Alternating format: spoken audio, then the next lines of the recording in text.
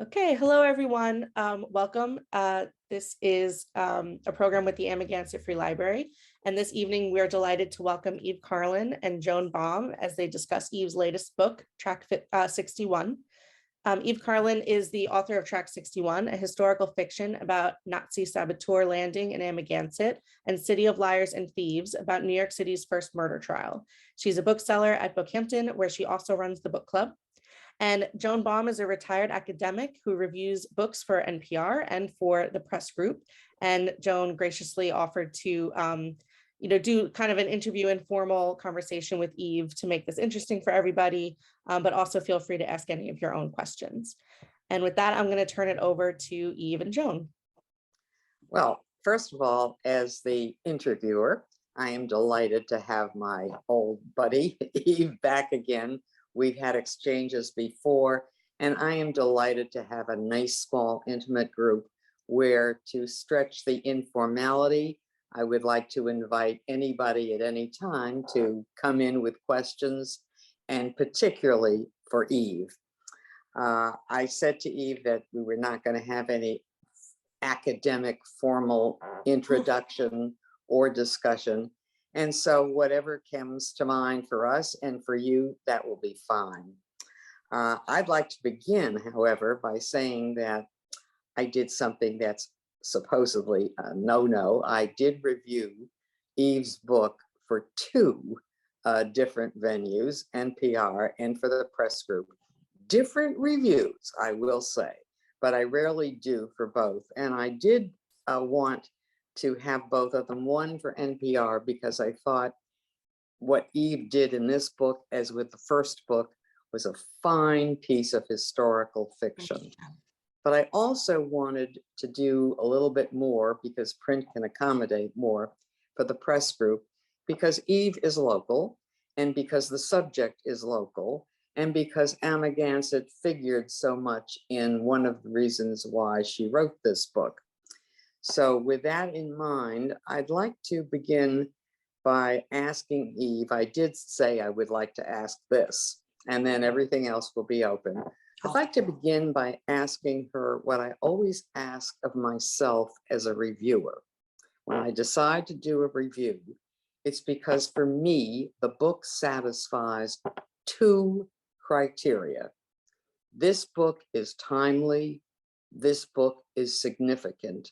And when you think of both those words, they're not both necessarily true. There are timely books because they pick up on the news, which is almost on everything, but somehow the writer can't generate a wider universal appeal. And sometimes the book is heartfelt, but lacks a kind of gravitas that history, good historical fiction, can provide. So I'd like Eve to begin by saying how she thinks her book is both timely and significant. You have several hours. Well, first of all, thank you for tuning in, everyone, and thank you, Joan. It's a privilege to have you here. You're such a pro, and I love chatting with you and could chat. My agent. Oh, hey. She's a wonderful radio voice, isn't she? As far as timeliness goes, I don't think when I started out researching, I didn't set out to have the book come out on the 80th anniversary of the saboteur landing, but that is where it fell. And I think that, of course, that makes it very timely to realize that just 80 years ago today, this was happening. Saboteurs were landing off the coast of Amagansett on our shores, prepared to potentially wreak havoc. As far as being universal, I mean, whenever you have ordinary people coping kind of in extraordinary circumstances, in this case, war, immigration, patriotism, as we see right now, it just strikes me as universal themes. I mean, we see in Russia right now, and you wonder, one of the taglines I put out for this book was, who is a traitor and who's a patriot, do national borders determine that? And I firmly believe that, just by virtue of where you're born, the propaganda you're being fed, like we're all being fed, you know, that is how you're obliged to behave. So in a sense, we're all a bit victims of circumstances.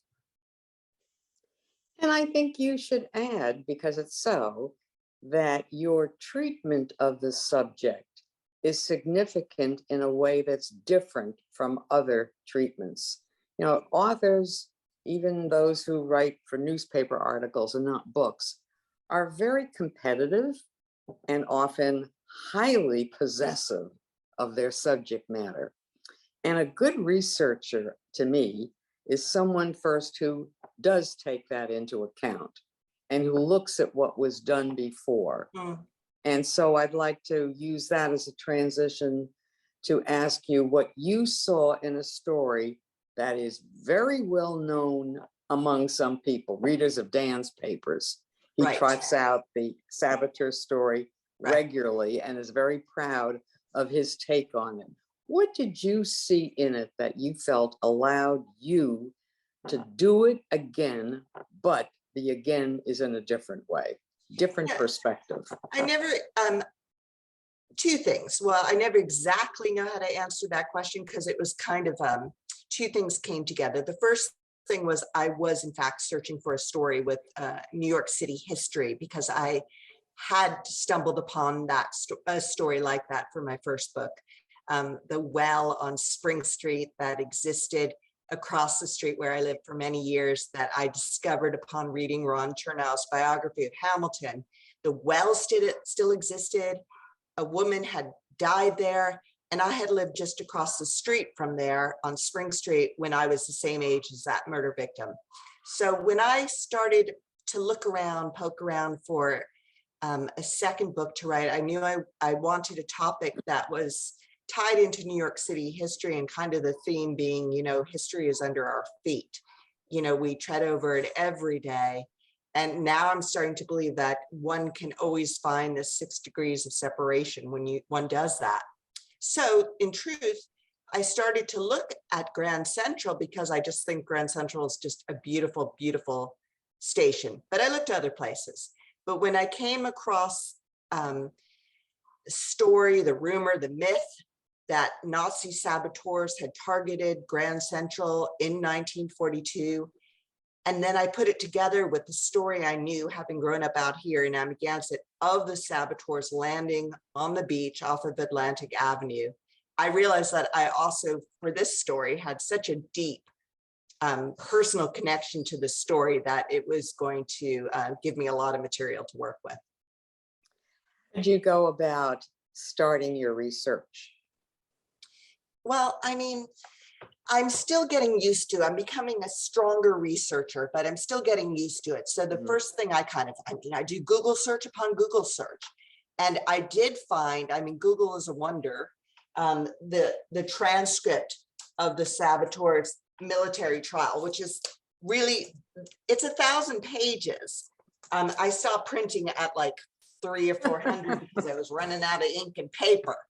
And a lot of it's repetitious. But they were on trial about 15 days. A lot of the trial transcript is very repetitious, but each man does have his personal account of what went down that week when they were kind of on the lam in New York City. And that was terribly helpful. There have also been several nonfiction accounts, which I have here too, which most certainly I read. I don't think there's ever been a historical fiction treatment. I haven't found that. And I think that historical fiction, especially this story being told as I told it from like a woman's perspective, kind of opens it up to a whole different audience, which I'm happy to have done. And the other thing I should say that I read, which was very important, was a memoir by one of the saboteurs, George Dash, who was a group leader and really, by all accounts, quite a character. So his memoir was really important in forming his character, and he plays a pretty prominent role in the book. Well, I'm glad you said that, because for me, it was obvious that you took something familiar and made it unique. I don't know how many of in our audience went to graduate school, but when I did and wanted to do a thesis, I had to submit first a report that the subject I was going to work on had been done before. There's nothing new under the sun, but that I was certifying that my take would be original. And you guaranteed that by turning a book that had been on a news event, primarily as reportage, either of a bumbled activity on the beach, or something passing by quickly as saboteurs who got what they deserved. And I think the general impression was that they were all caught and executed. Not so. And you turned that into a much more subtle inquiry into not just the, I shouldn't say just, not the invasion, not the catch, but a human story of why people get involved in all kinds of conspiracies and invasions. And indeed, the timely aspect of that, as we all know, is the degree to which, and it's true among some Russians we've been reading, who don't want to fight Ukraine, but feel that they're pressured to do so by various threats to their family, to themselves, to their livelihood. And so you have a much more nuanced look at what turns people into doing things that they know are risky and perhaps criminal. So I thank you for that, which leads me to my most important question, and that is the nature of the book, the genre. Most of you know that the most important genre that attracts book clubs is memoirs. They are the fastest selling genre and the genre that attracts writers first. Not autobiographies, but memoirs, something from one's life that has a theme. But the second, right behind the memoir, both in sales and in readability attraction, is the historical novel. And you're taking this story and turning it into a historical novel. In fact, it's almost like an oxymoron.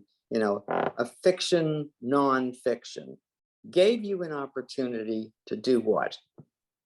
Well, I think that there's such a wide berth when one says historical fiction. I mean, as a bookseller, I see, you know, it can be just a tad bit of history with a whole lot of fiction is mostly what I do see. You know, maybe the setting is historical, it's an event.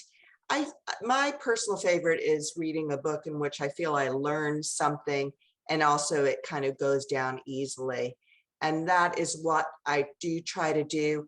I think that personalizing the novel is something I kind of learned in my first book, and I know that Joni writes.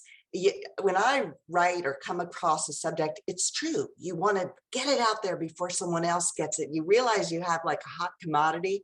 So this going about it for the second time, I realized like the first time, okay, it was this murder and it was Hamilton and Burr, and the play came out.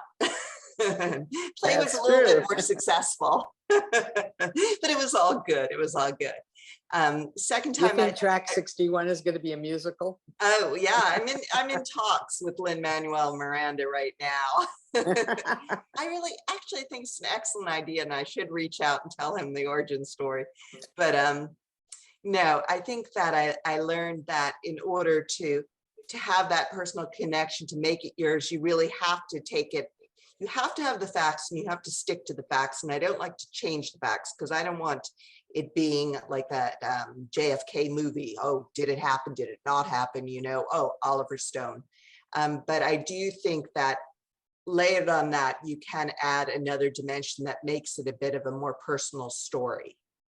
And that it makes it more relatable and just brings the characters more to life. So that is what I try to set out to do. Well, the history part of it, which I found fascinating, but not just fascinating, engaging, was for me stellar, because what you did, for some of us who were old enough, was evoke a sense of a time that we knew of, and you watched all the details, dress, the way people spoke, the mention of anyone wearing a hat in a parade. And there were so many, you must have had a good time. The automat even got in there too. The automat, yeah. I mean, that is really fun. I mean, I do think history of place is very, very interesting. And I had a lot of fun with it in the first book, but that was Manhattan in 1800. Manhattan in 1942 was a lot more accessible. And the good and the bad, certainly the automat. I mean, once you start to dig into this stuff, there are so many terrific books, the music, the movies. I certainly watched a lot of movies set in that period. And, you know, I think you kind of absorb it all. It's just, even if you're not conscious of what's coming into your head, you absorb it, and then that way you can add it to the book. You also probably went to some of these places, am I assuming? Just even though you knew it was years later, just to get a kind of, you know, Grant's infusion. Yeah, I mean, some places, I mean, obviously I spent a lot of time in Grand Central. I did go up to Grant's tomb a couple times where in true fact, the saboteurs, which just seems crazy. I mean, to have like a clandestine meeting at Grant's tomb, you know, of all places, but that is in fact what happened. The Chrysler Building observation deck features in that no longer exists. I don't know why it should. It was so beautiful. So, and also the two characters, the book opens at a military parade on Flag Day, 1942, which was the largest military parade in US history with 2 million spectators. And the footage from that parade and the floats you can find on YouTube is just terrific to watch. So that gave me a real good flavor for the time. Was that one of the visuals that moved you? Yeah, it's kind of crazy. I mean, they had one float with kind of a warrior plunging, I forget what exactly, into like this creature with the like a swastika on its back and the Japanese rising sun. And it's hard to believe that, yeah, it was really interesting. And it's hard to believe that all this stuff is kind of just part of our past, and people don't know of this stuff.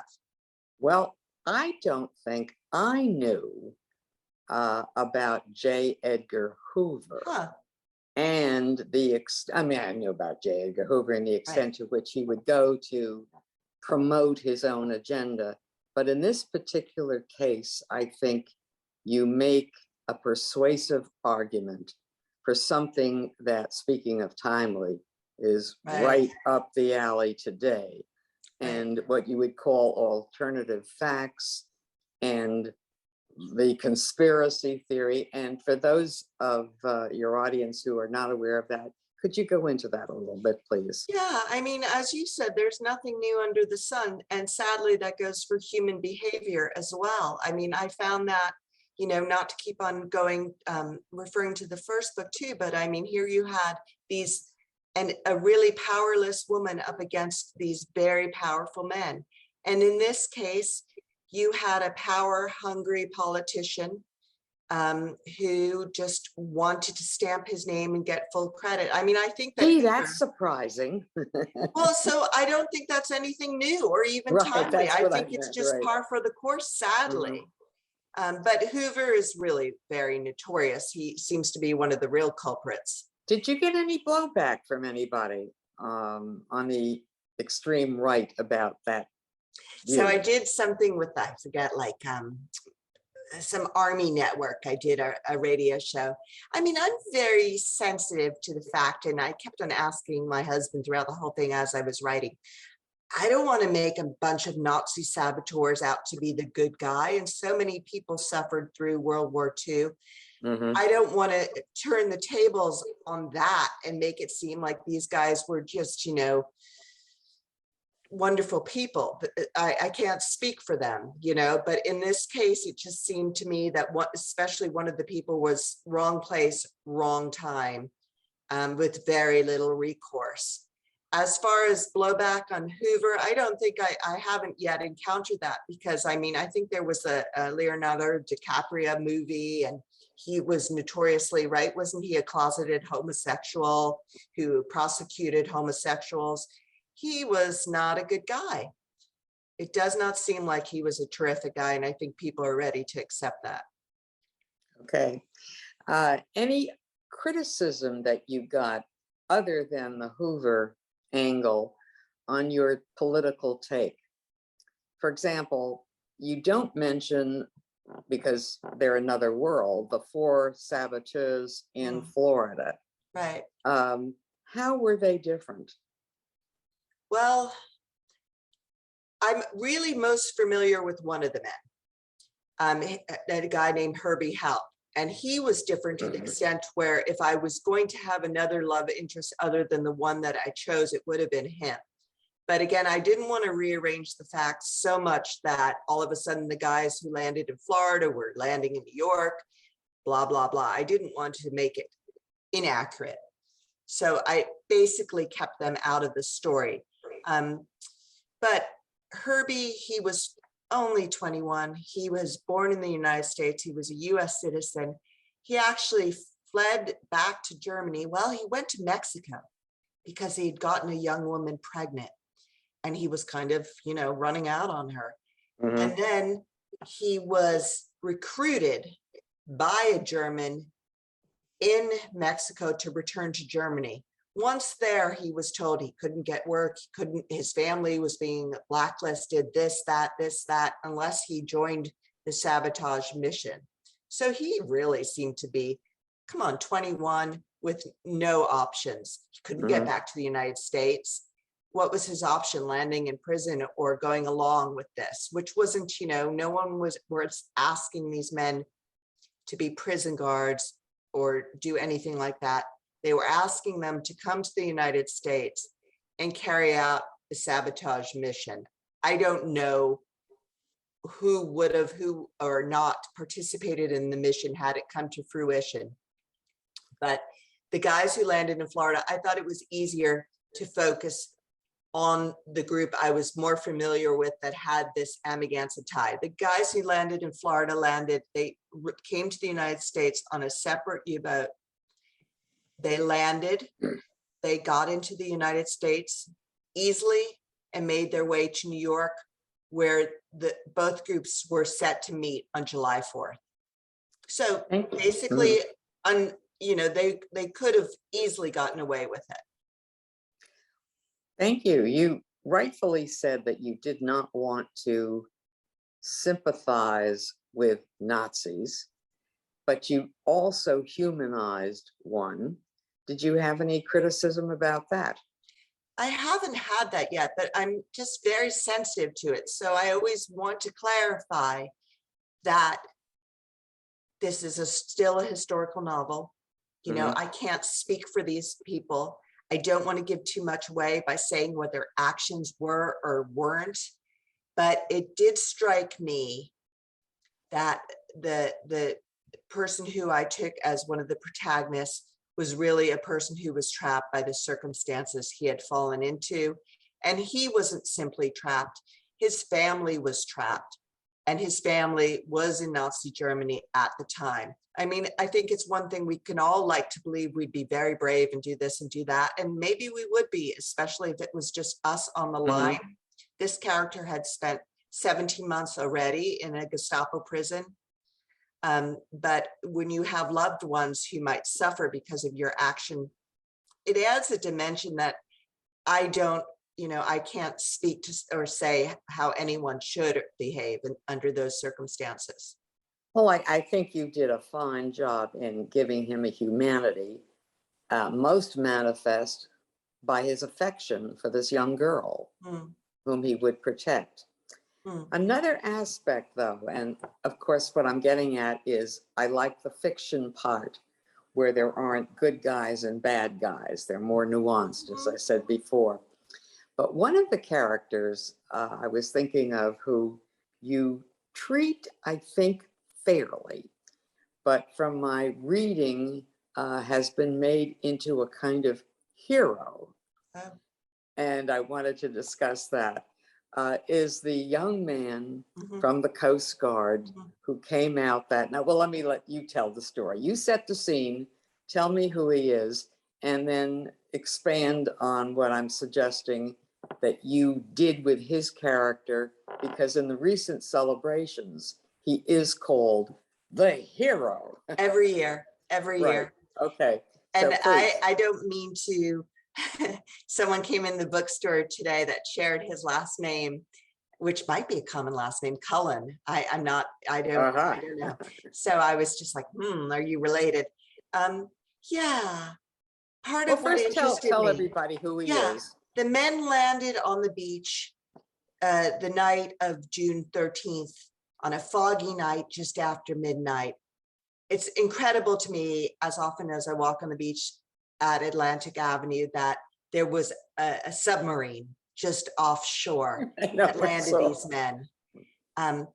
They had just unloaded boxes of explosives when what they called at the time a sand pounder, a young kind of Coast Guardsman, really a young patrolman, came across them. His name was John Cullen.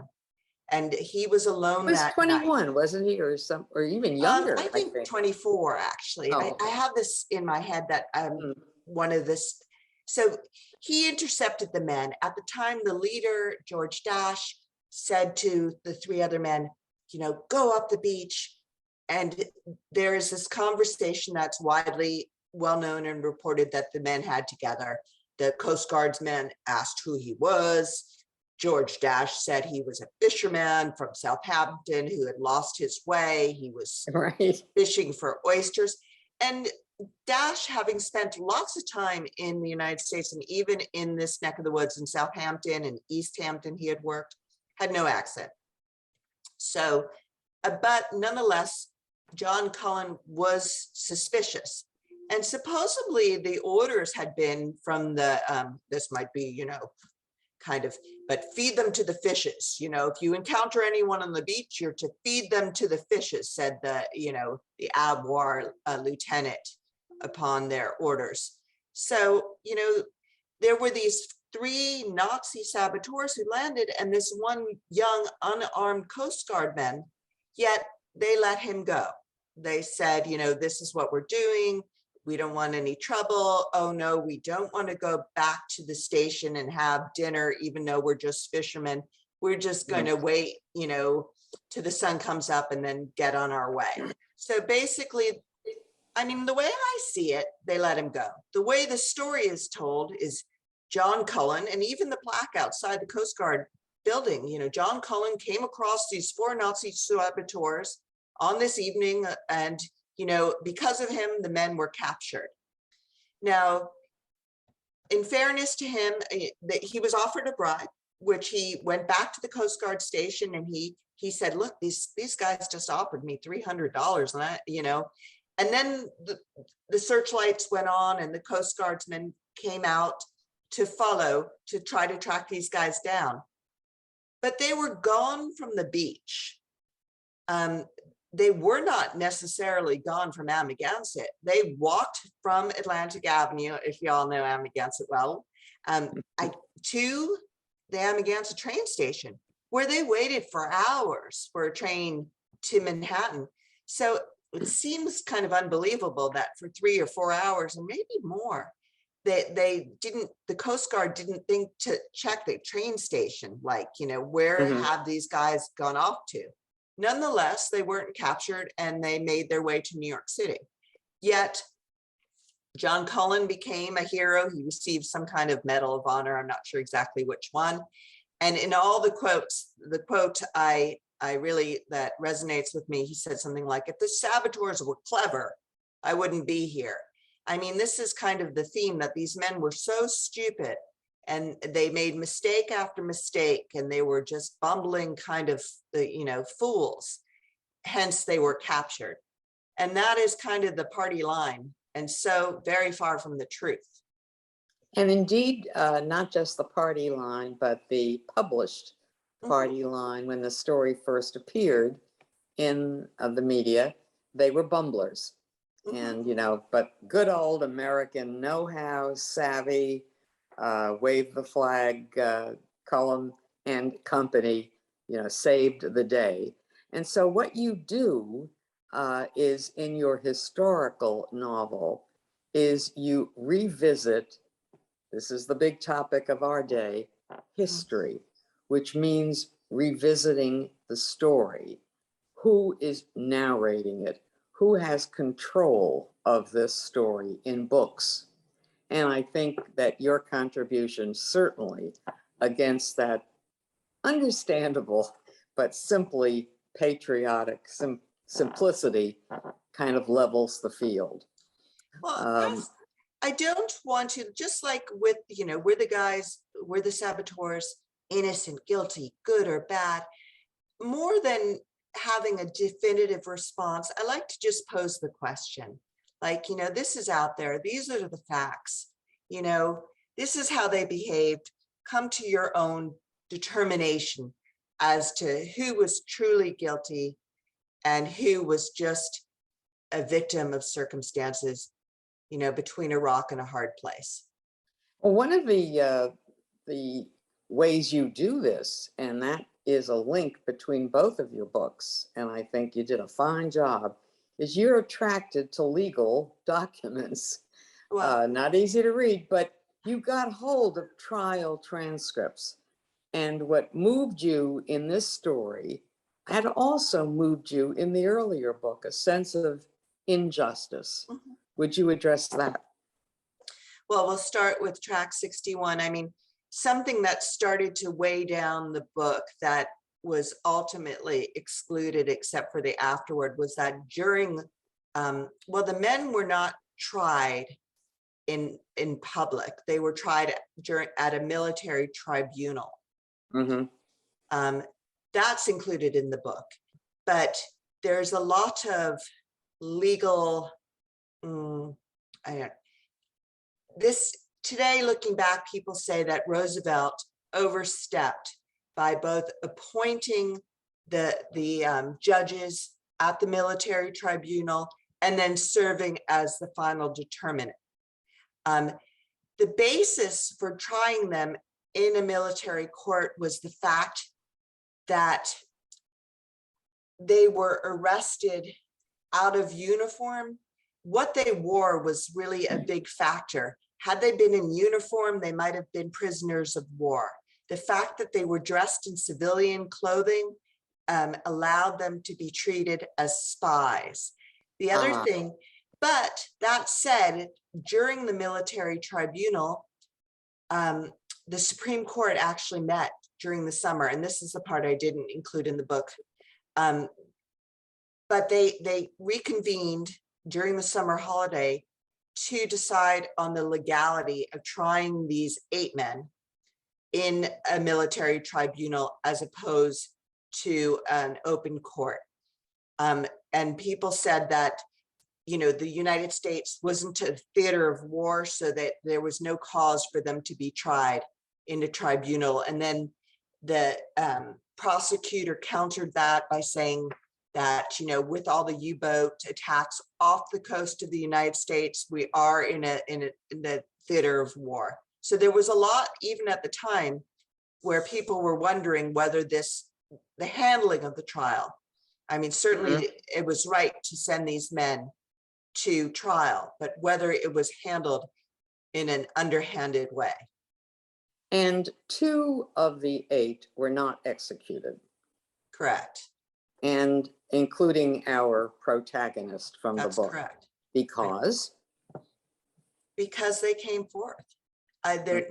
These men never would have been caught had these 2 individuals not turn themselves in. They turned themselves in. I don't think many people are aware of that. And it also gives your treatment of the story, of the narrative, again, a wider and more subtle look that this gang of 4 here and 4 there was not a unified group, and certainly not unified by any moral compass.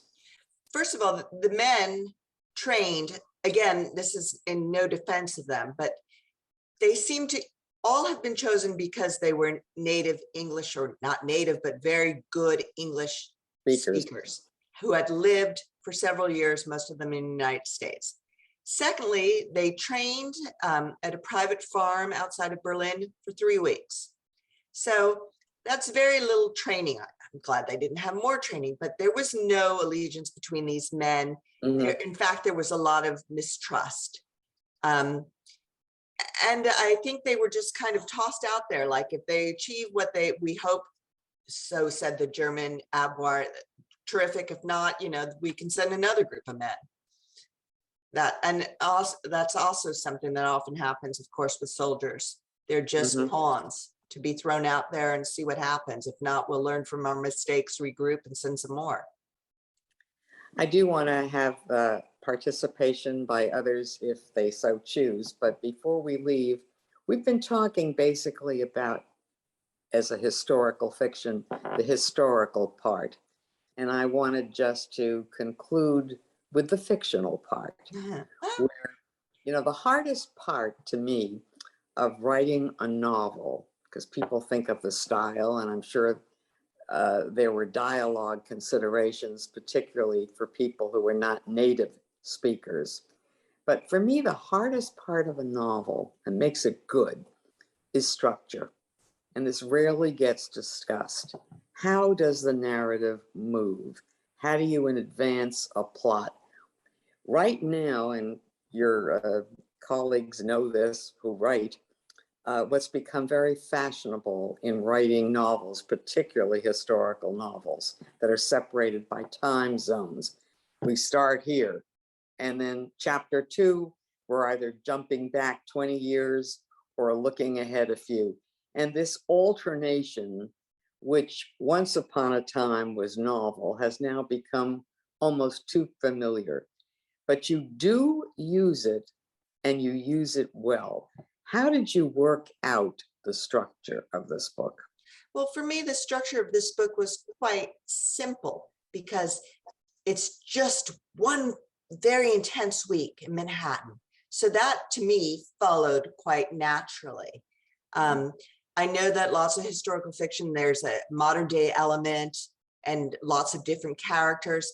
I've heard, some people enjoy that, and it seems to be very, very popular. Sometimes it takes you out of the plot, I find, like if you're jumping around in time or jumping around from perspective. It becomes too obvious what you're doing as a writer. Often. I mean, there's some people who do it very, very brilliantly. So, far be it from me to criticize them. But in this instance, it just seemed like the action could be made tighter and tighter with this timeline. And that is just simply, I literally had a calendar on my desk where I plotted what I knew the man actually did each day and what I wanted to enhance as far as scenes and dialogues. And it was just calendar days. And toward the end, you probably had a timer as well. It's a suspenseful conclusion. You told me the other day something that you had learned from a question at a book talk about track 61, and I'd love you to conclude with that. Well, okay, so I've done a couple radio interviews, and someone said to me, when was the last time track 61 was in use? And I thought, it's a really good question. Or have you seen track 61? I haven't seen track 61, but what happened is that in 2003, sadly after 9/11, it seemed that track 61 was in use as a potential escape route for George W. Bush, Howell, and Condoleezza Rice when they met at the UN General Assembly. And it is, interestingly, an alternative escape route for, political figures, diplomats that are visiting Manhattan. It was also, I think you point out, a convenient way for President Roosevelt to visit New York and not have people see him arrive in a wheelchair. So it served numerous. Hey, I just thought of something. You ought to get somebody at the Oyster Bar in Grand Central Station interested in the book. Yeah. And have a little If anyone knows Surprise. anyone at the Oyster Bar, I've been trying, Right. trying, and trying.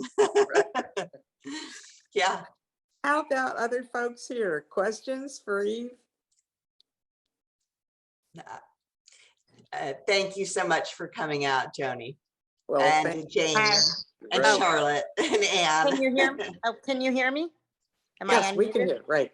Okay, so I just wanted to say, I'm always a little nervous about reading books about World War II and the Holocaust. You know, my dad was a survivor, and I just want to commend you on the way that you handled the topic with enough respect and feeling, but without it becoming kitschy.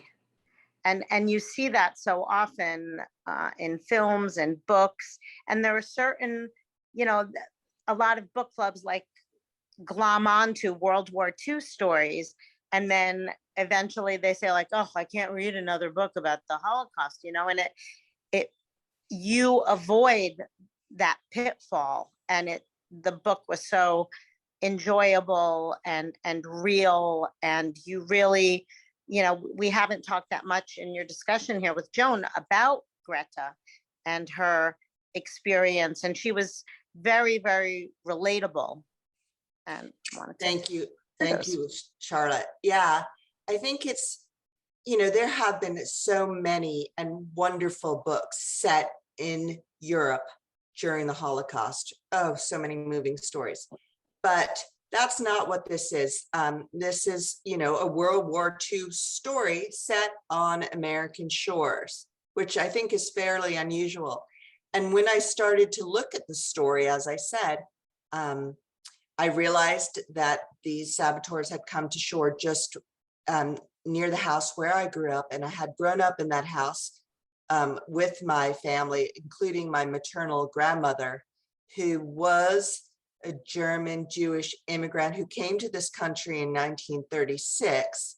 And it seemed to me that she was the perfect vehicle to add some conflict to the story, to have her meet one of the saboteurs at this grand parade and become entangled in his plight.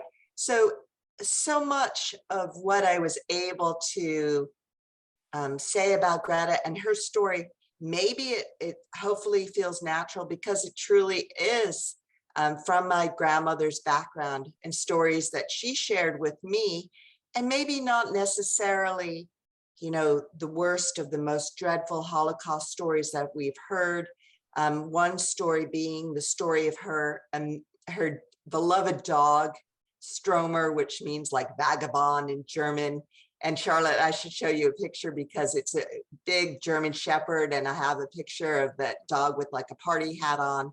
But from my grandmother from childhood, I had always heard, oh my goodness, the Nazis, the Gestapo, they came to our house, they wanted the dog. My father took the dog, my great grandfather, and shot him in the backyard, as opposed to having them take our German Shepherd, a big dog, and use for, if not military purposes. I read that oftentimes they had a soldier become bonded with the dog, and then they asked the soldier to kill that dog as a show of allegiance to the cause. So as a young child, looking at the picture of this dog and hearing this story, I could relate to this terrible, for me, tragedy that happened to my grandmother. Of course, far, far worse things have happened. Whose name was Greta? Pardon? Whose name was Greta? My grandmother's name was Greta. She had a twin brother named Hansel, so they were Hansel and Gretel. Right. Well, Greta, in your story, Greta's uncle, in a way, is carrying the theme that Charlotte has mentioned. And Greta feels uneasy in addressing the fact that she's seeing someone who's German.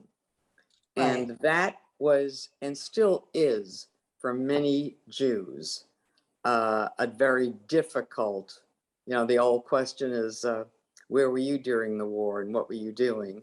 But it's a very difficult fact to get under one's belt when it becomes a matter of the heart. And for Greta, in your book. This was true. Among other things that I read, of course, I reread Anne Frank's diaries. I mean, and what I realized that when you're a young person, even during war, even during the most horrific of circumstances, you still have thoughts and feelings, and you have romantic. I mean, youth is youth, and people have these thoughts.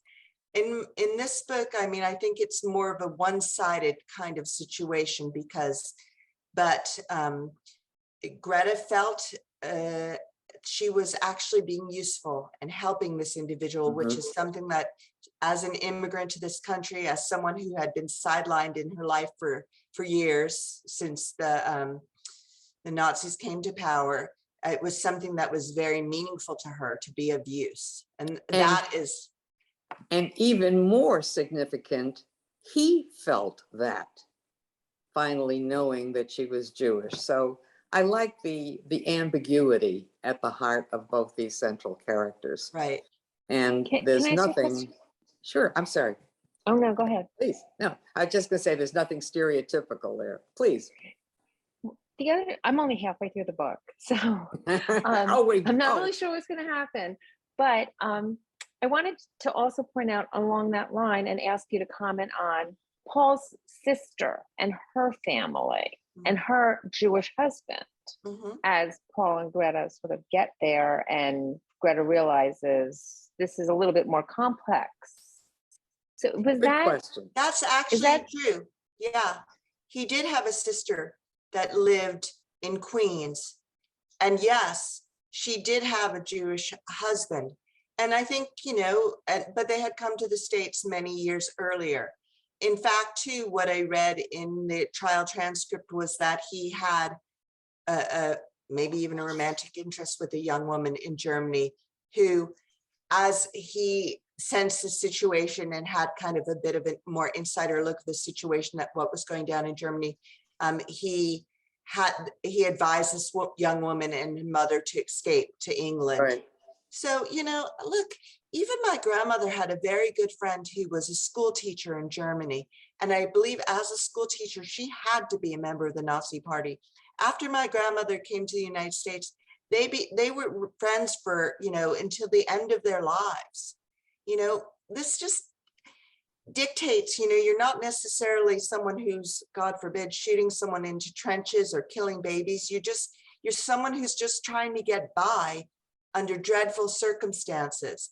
And again, I just don't know what any of us would do in those circumstances. But as far as Peter and his sister, that is my understanding of the situation. Yeah, he did in fact have this sister who was more of an American. And in fact, after the men were arrested, a lot of their connections in the States, their family members, because many of them did have family members in the States, were arrested on conspiracy charges.